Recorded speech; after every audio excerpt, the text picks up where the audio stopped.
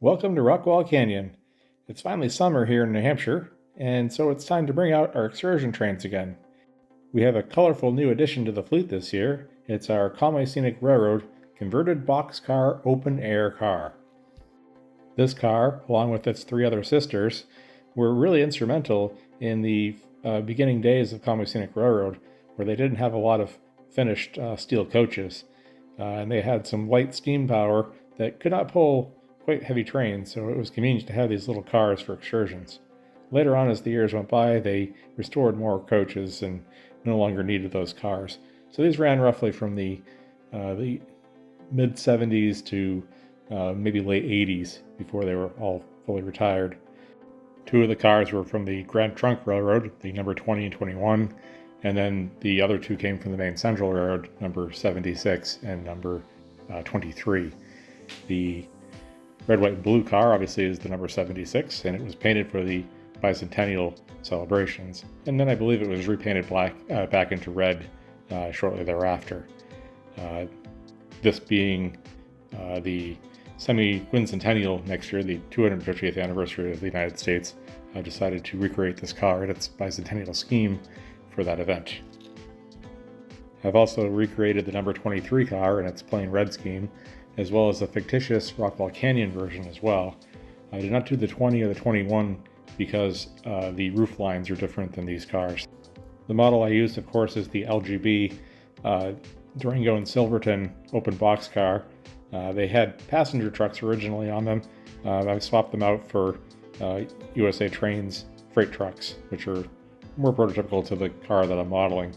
So the model is technically like a 1/22nd scale narrow gauge car, but I'm kind of forcing it into 1/29 scale based on the size of the figures on board and the alternative trucks.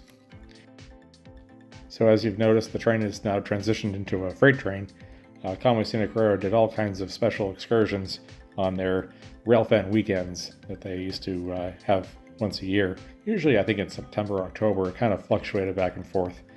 September was always much better. It was warmer and tended to rain less, but they wouldn't very often stick these cars in with the freight trains for some reason, even though I think it looks cool that way. But generally they would run them together, and they would go up the seldom used line up to Intervale, where they would just do a shove move, push out and pull back kind of operation.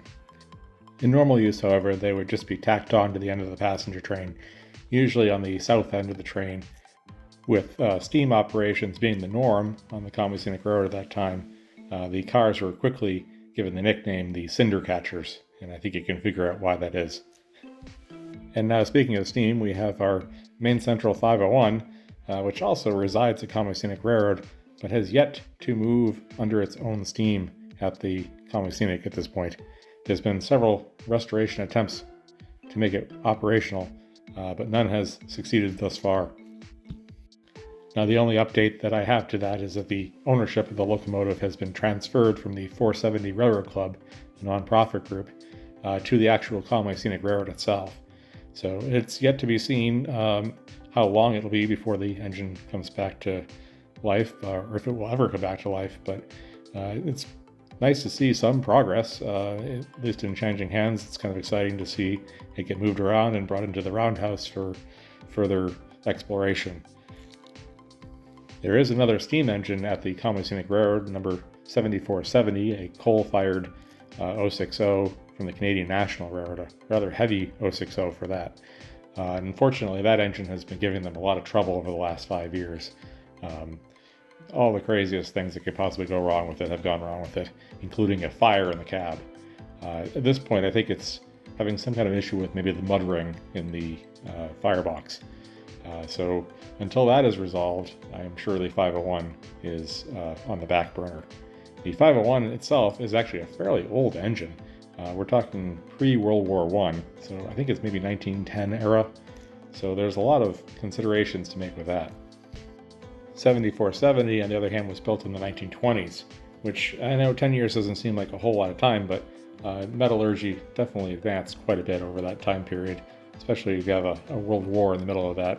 Science tends to really make progress through those times. All right, folks. Well, as our custom Boston and Maine railroad caboose makes its way around the corners, the marker lights slowly go out of view, and that ends another episode of the Rockwall Canyon Railroad. I leave you now with some still shots of the excursion trains, and in particular, I have quite a few shots of the 3 cars together. I didn't have any video of those running, primarily because I hadn't finished the cars yet. There were a couple of details that I've hidden from view in these still shots, so stay tuned and you will see them operating in the near future. Thank you so much for watching. I hope you have a chance to subscribe to the channel and like the video. If you have not yet visited the gift shop, please consider doing so. Links will be in the show notes. Again, thanks for watching. I'm Rocky Canyon Arrow, and that's how we do trains around here.